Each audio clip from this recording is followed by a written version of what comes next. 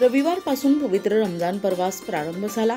इस्लाम धर्मात रमजान महिन्याचं अनन्यसाधारण महत्त्व आहे।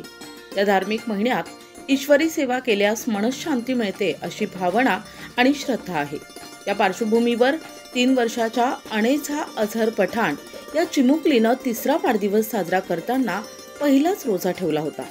या वयातही धर्माचे पालन करणाऱ्या लहानग्या अनेझाच्या या कृतीचे परिसरातून कौतुक होत आहे।